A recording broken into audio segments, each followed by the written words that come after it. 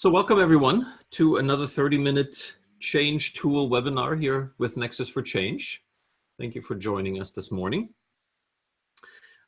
We are looking at collaborative processes and how to communicate them, how to identify the phases, the steps in the process, and the challenges that sometimes come with doing so. In my experience, how you communicate the process and the steps therein to clients and stakeholders can often be key to your success. Sometimes I've been in situations where it kind of feels like I'm reinventing the wheel in trying to explain a similar but somewhat nuanced different process, and how do I do that when I detail a phased approach. I'm curious if you tend to be somebody who thinks in 3 or 4 or 5, sometimes 6 steps, if there's any way that you're like, no, typically I start with 3 and then build it out from there. That's something I certainly have wrestled with to some extent. One of the favorite moments in my recent history, in my recent memory rather, was getting to attend our eldest baccalaureate mass. I hope I'm pronouncing that correctly. And in the message, the minister remembered that he had some of these now graduating students as middle schoolers, in 6th grade or so, and was doing with them a project where they were growing flowers for their moms for Mother's Day. And so in his message, he sort of likened these students and their young minds to flowers, and that they need to be planted and they need to be fertilized so that hopefully with graduation they can blossom into wonderful young men. And it struck me in that moment because I was in the middle of a client engagement where we were sort of struggling collaboratively to communicate the very specific phases of a community project development methodology that they were building. Jason might know a thing or two about what I'm talking about. And I was really struck that in a way there are these 3 simple steps: planting, fertilizing, and blossoming.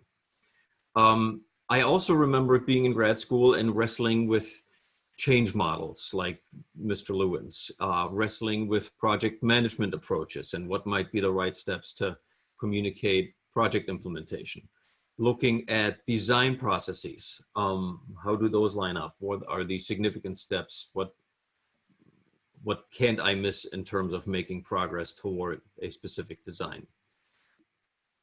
I was also in a situation where it was really meaningful and important. I remember very specifically the assignment I got from Dr. Katie, who was my professor in an OD class, where we were to review, I think, up to 5 large-scale change methodologies. And we were asked to analyze them and understand what are some of the commonalities and how do they differentiate from one another. As a musician, I was immediately drawn to stuff like Drum Cafe and Jazz Lab. That made sense to me. But being a nurse's son and a pastor's kid, I also really resonated with World Cafe, and specifically with appreciative inquiry. And there you have 4 or 5 steps. It was also personally kind of cool that I got to decide to dig in some of the approaches from my home country, where the Germans have put forth some interesting things. And in this case, it looks like there's 9 steps to this particular gemeinsam Werkstatt engagement. So I was digging through all those models and looking at similarities and how are they different.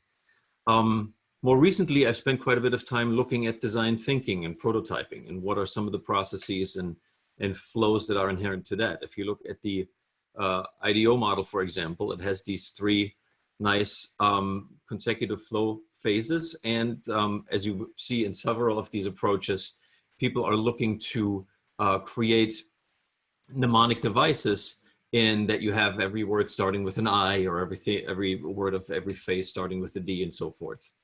So here you have 3 phases that are all beginning with an I.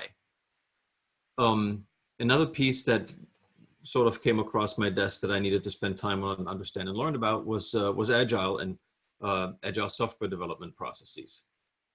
So there you have now 6 phases to dig through. One interesting one that I had previously not heard about is that Adobe had a process to engage their team internally initially, and then made it open source, that sort of combines some design thinking and prototyping elements and software development. And you can see here are 6 steps that all start with I, again, to sort of make for that mnemonic device flow. Most recently, much of last year, as some of you are aware, and most of this year, I have spent the majority of my time working on the collaborative change library here at Nexus, and specifically the app that we're developing, the digital platform for that content. And so I've gotten to revisit some of the processes that I looked at in graduate school. I've also gotten to look at some new ones. SOAR is one that I got a little bit familiar with in graduate school. Some of the newer ones that are now in the change library is liberating structures, for example.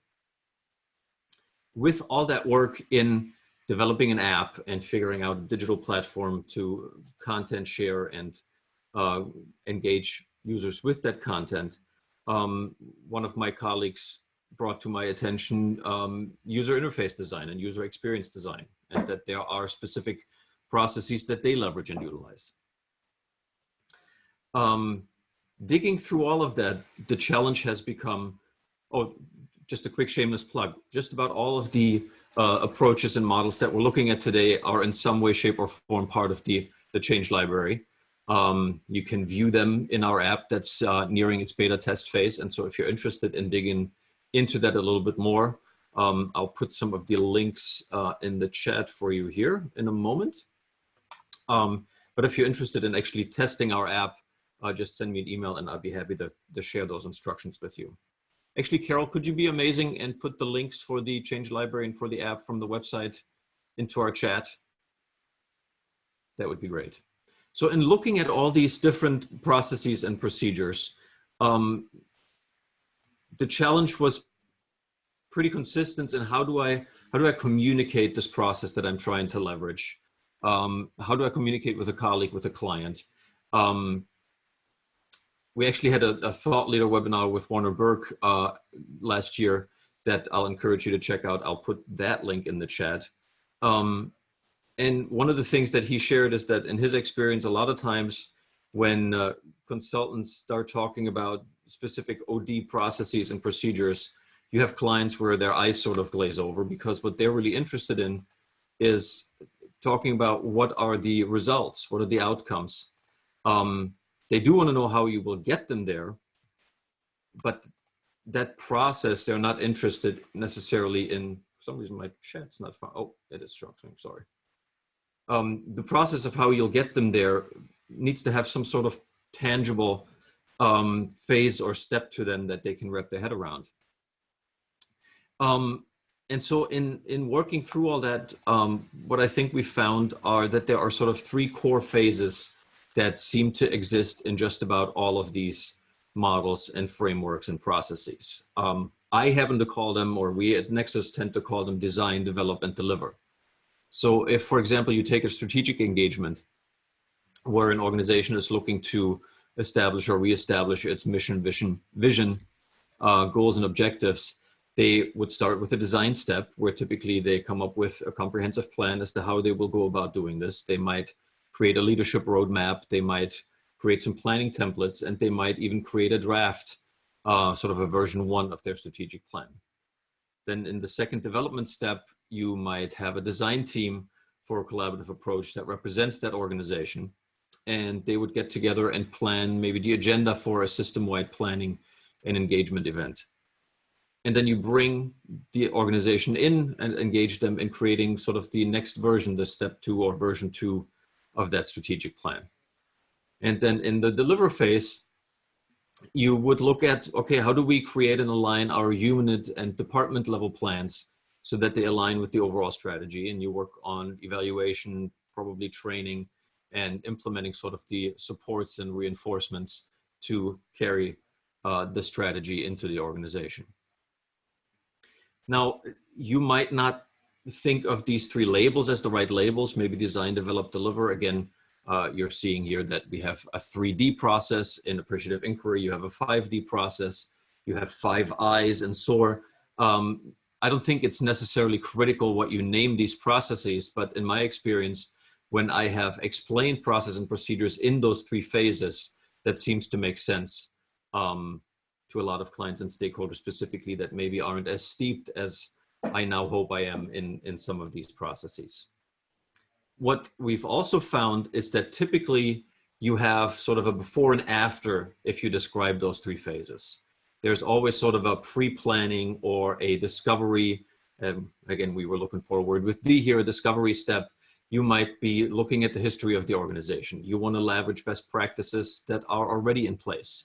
You are looking to establish the need for whatever engagement that you are about to embark on. You're looking for the possibility and opportunity. There might be a proposal process or something along those lines. And after the deliver stage, there tends to be debriefings or evaluation additionally, or maybe scaling of whatever it is that you've developed so that you can bring it to a broader audience. Maybe there's an impact step where you now actually are looking to leverage the results that you've gotten. Another piece that's been pretty clear and increasingly obvious from looking at these processes is that in that last or in that post step, there is typically an opportunity and a need to redefine or redesign. And so with that, to me, there is implicit sort of a cyclical aspect to this. It's not a linear process, but you're usually starting back or going back to some step that goes back into the beginning of your process. I had a chance to talk to Jackie Stavros, who's the originator of this SOAR framework, about her chapter for the Change Library recently. And she has moved and a lot of the conversations that she has with folks from the graphical depiction that you see on the left side of your slide here, which is more of a linear approach, to the one on the right, which is more cyclical. So to me, that implies that for the most part, you're looking at a discovery step, and then you're going design, develop collaboratively and deliver, and then maybe delegate or scale or whatever you decide to name that process. And a lot of times with that final step, you're going into redesign and you're iterating and you're maybe scaling. So it's very much that I've come to think of these three phases as a cyclical process.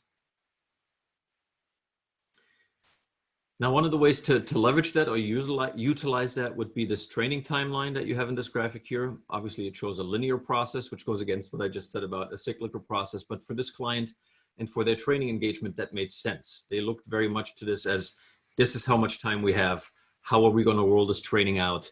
A, B, C, what are the steps? And so that was a conversation that we had where sort of the pre-phase that you see here is an analyze. Then you see the three steps of design, develop, and deliver. And then you have an evaluation step at the end. I shared with you at the top the challenge that we had with the client, where I was sitting in that baccalaureate mass and was thinking about our client engagement and how do we phase and explain and explore the processes that we're going to.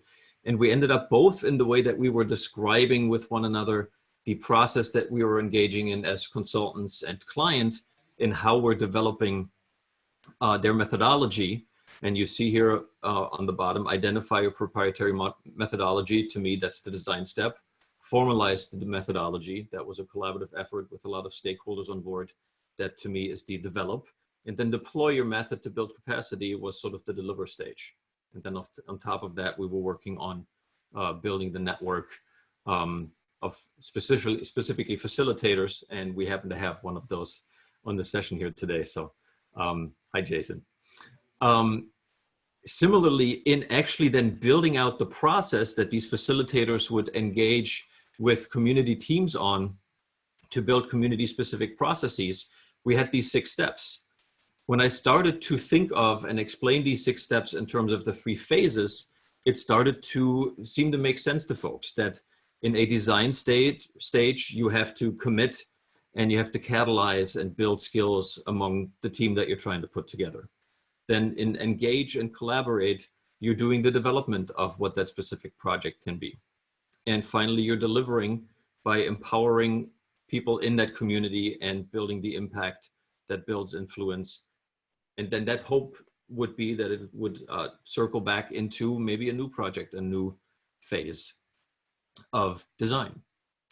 So my question for you today is, do these three phases make sense to you? Do you have a similar approach? And if so, what do you label them? What do you call your phases of engagement, and what questions might you have? Give us a moment. Okay. So while you're waiting, I don't want to give you an alternative. I want to give you an and.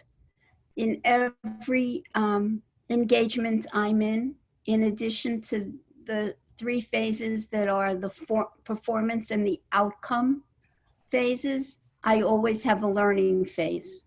And it's interesting, I never thought about it that way, Teo, but there's always a learn before you begin, learn while you're doing it, and learn after it's over, which goes into the cycle of growth that you can have learned and do better the next time.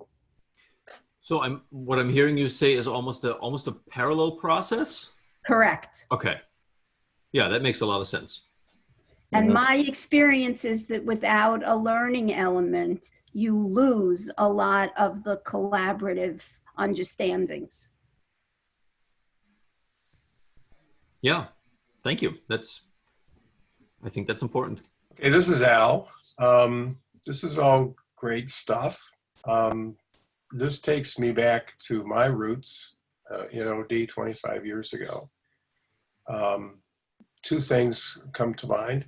First is Deming's Plan, Do, Check, Act model, which in some ways is maybe the first time anybody thought about a cyclical process of continuous improvement. Dates back to the 70s. And then in the work in Dana Miller Tyson, you asked what is this called, and this was called action learning. It really is variations on a theme. It's like Mozart, 14 variations on a theme. And the melody, the thematic line does relate to Plan, Do, Check, Act. And when we talk about action learning, we would be asking a series of questions. You know, who's the client? What's the purpose? Who needs to be in the room to take the next step? And Carol, you're right. At every step you say, so like, where are we now? You have to have a kind of meta learning process awareness kind of situation where you say, are we still on track? Is this still the right stuff to do? So I applaud the variety of concepts, and Joseph Campbell, who was a wonderful philosopher, talked about a religion as being all religions are true. If you follow them faithfully, they will lead you to God.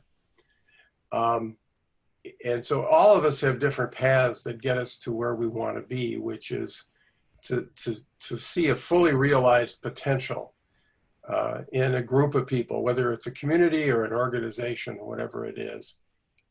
There has to be this kind of shared sense of dissatisfaction with how things are now, or at least a sense of possibility, and developing what the future state needs to be, and then moving collectively towards that. And so there's tremendous value in saying, this is like the Baskin-Robbins 31 flavors. You know, you pick the flavor of method of description of phases that make the most sense to the client system that you're in. And there are plenty of people who think linear.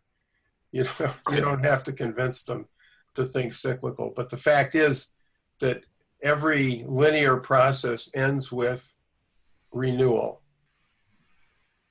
Right? You're going to get to a certain place where you've reached the destination, you know, and you've, in Lewin's language, you've done the refreeze in the new state, but that's not going to last forever. Nothing lasts forever. And so this concept that there's a seasonality to organizational change, and that's where your plant, fertilize, blossom thing is, that there's 4 seasons to the calendar, depending on whether you live in California or Michigan. The metaphor works better if you have a real winter. But the idea of seasonality is finding metaphors is really what's important for people to be able to understand a concept. It's really good to have a metaphor. Actually, Al, that's a great point. And I think listening to the client, often you'll hear the metaphor or you just sense it. And then when you bring it back, everybody kind of goes, oh yeah, yeah. I was working with one client and they had 4, 5 teams that all followed the same meeting format, though they all were doing different functions. And so it's like your meeting needs to adjust to what you're trying to do. Yep. And my metaphor, finally, I was, you know what, this is like a sibling set where all the siblings end up doing the same thing.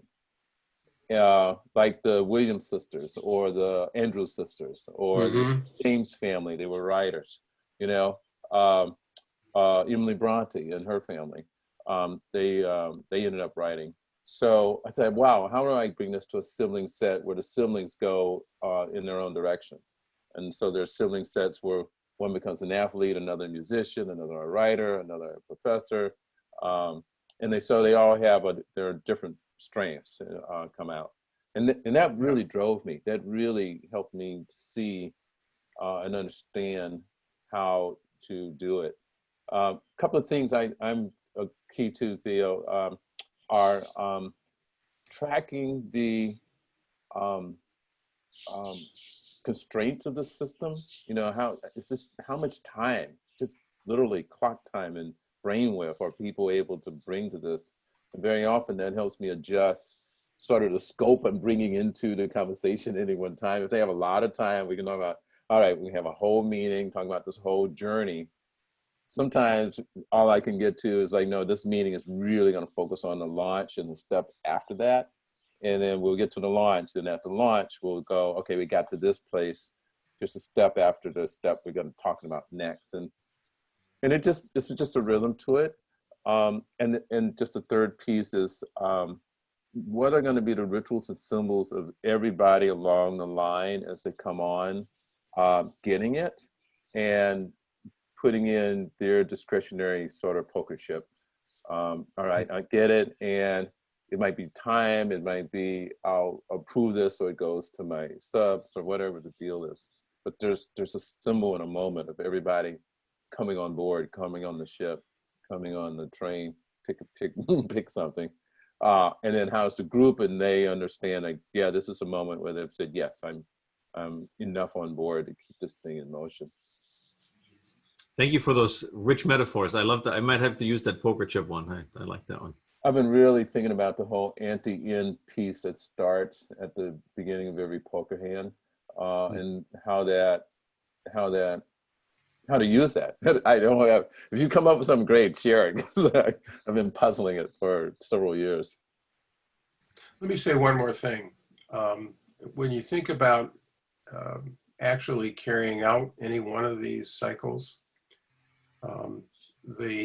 something that I try to pay attention to is who needs to be involved at each stage, and how do I build a team sense of who needs to be involved. So at the very outset, usually you've got some kind of leadership group that has some sort of intention to make something different. You know, we've got to improve our safety record or improve our employee retention or improve our market share, whatever it is. They've got some certain organizational outcomes. And the question is, do all of those people agree? Are they aligned, right? And can we actually communicate some clear purpose to the rest of the organization? And then as I forget, it was John was saying, you know, like or Theo, you said, you know, we need planning teams to every one of these engagements that brings people together from across the organization who probably don't see the world the same way as the others. Yep.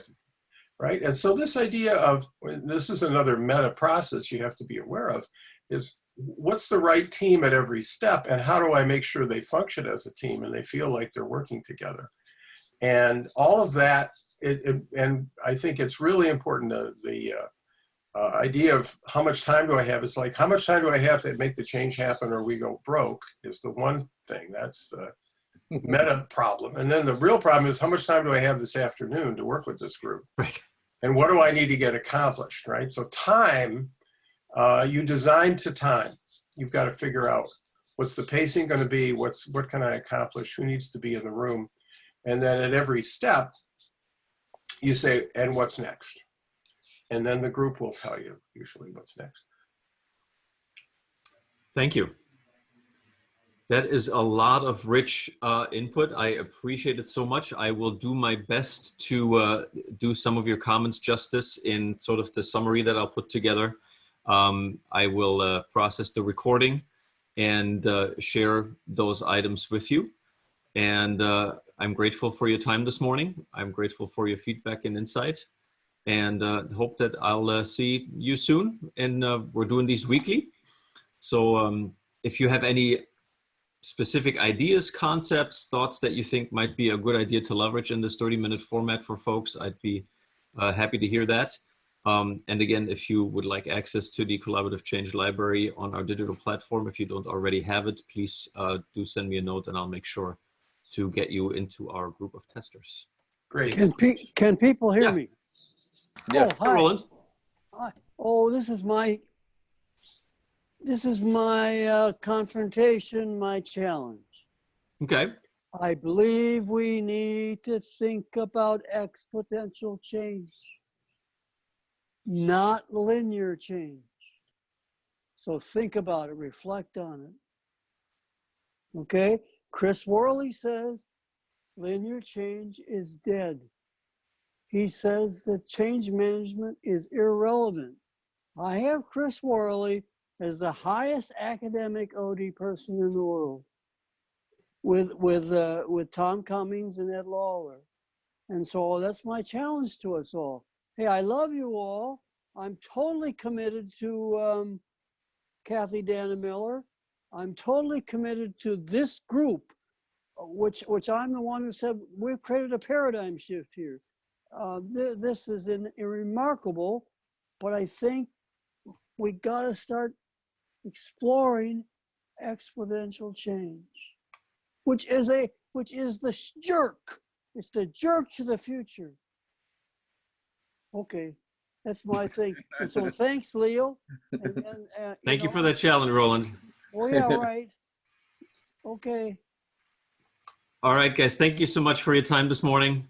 Quick plug, Bowling Green State University's organization development and change doctoral program supports us, as does the Change Library that I've mentioned quite a bit. Have a fantastic rest of your day, and we'll see you soon.